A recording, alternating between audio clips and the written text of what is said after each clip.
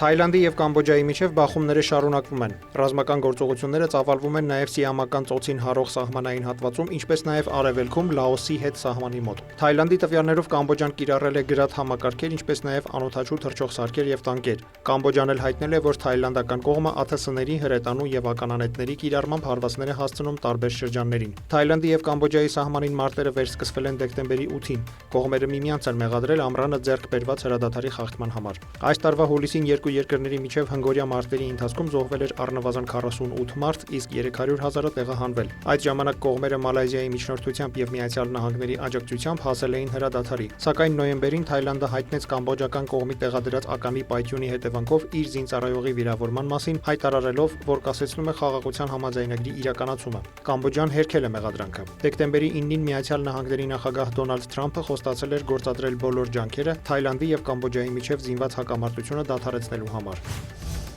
Մոսկվայի Դոմոդեդովո, Շերեմետևո, Վնուկովո և Ժուկովսկի օդանավակայանները անօդաչու թռչող սարքերի պատճառով 7 ժամով դադարեցրել են թռիչքները, չեղարկվել, հետաձգվել և այլ օդանավակայաններ ուղարկվել մոտ 200 ինքնաթիռ։ Ռուսական ՀՕՊ ուժերը դեկտեմբերի 10-ի երեկոյան խոսել են դեպի Մոսկվա թռչող 32 անօդաչու թռչող սարք, հայտնել է քաղաքապետ Սերգեյ Սոբյանինը։ Նա հարձակումների հետևանքների մասին մանրամասներ չի ներկայացրել, հայտարարելով միայն, որ բեկորների անկման վայրում աշխատում են արտակարգ ծառայությունների մասնագետները։ Լրատվամիջոցների տվյալով անօդաչու թռչող սարքերը հարվածել են Նովգորոդի Ակրոն հանքային պարարտանյութերի գործարանին։ Ռուսաստանի պաշտպանության նախարարությունը հայտարարել է, որ դեկտեմբերի 11-ի գիշերը խոցվել է 287 անօդաչու թռչող սարք։ Միաժամանակ ռուսական ուժերը գիշերը բալիստիկ հրթիռներով և հարվածային անօդաչու թռչող սարքերով գրոհել են Կրեմենչուգը։ Այդ մասին հայտնել է մարզային ռազմական վարչության ղեկավար Վլադիմիր Կոգուտը։ Թիրախում են հայտնվել էներգետիկ օբյեկտներ, աշխատել է ՀՕՊ համակարգը։ Բեկորների անկման և օբյեկտներին ուղղակի հարվածների պատճառով հրդեհներ են բռնկվել, Կոգուտի խոսքով տուժածներ չկան։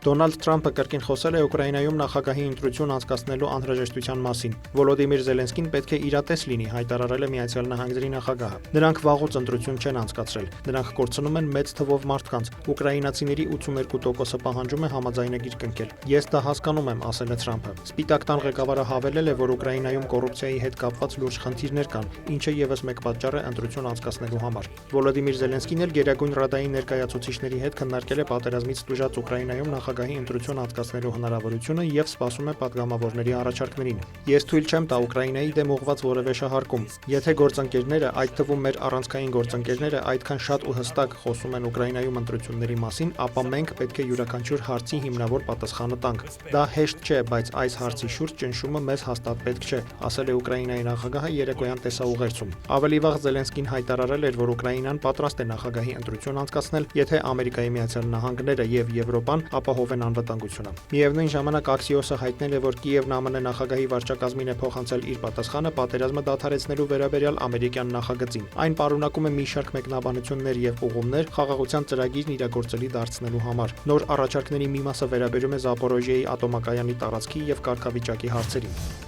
Ֆրանսիայի նախագահ Էմանուել Մակրոնը հայտարարել է, որ դեկտեմբերի 10-ին Ուկրաինայի հարցով հեռախոսազրույց է ունեցել ամերիկացի իր գործընկեր Դոնալդ Թրամփի և եվրոպական մի քանի երկրների առաջնորդների հետ։ Մակրոնն այդ մասին հայտնել է West France տարածաշրջանային թերթի ընթերցողների հետ հանդիպման ժամանակ, որին Ֆրանսիայի ղեկավարը ժամանել է մոտ 1 ժամ ուշացումով։ Այդ 40 րոպեներին ծավալված քննարկումների ընթացքում փորձել ենք առաջընթացի հասնել բոլորիս հուզող թեմայի վերաբերյալ, ասել է Մակրոնը։ France Press գործակալությունը հայտնել է, որ հեռախոսազրույցին մասնակցել են նաև Մեծ Բրիտանիայի վարչապետ Քիր Սթարմերը և Գերմանիայի կանցլեր Ֆրիդրիխ Մերցը։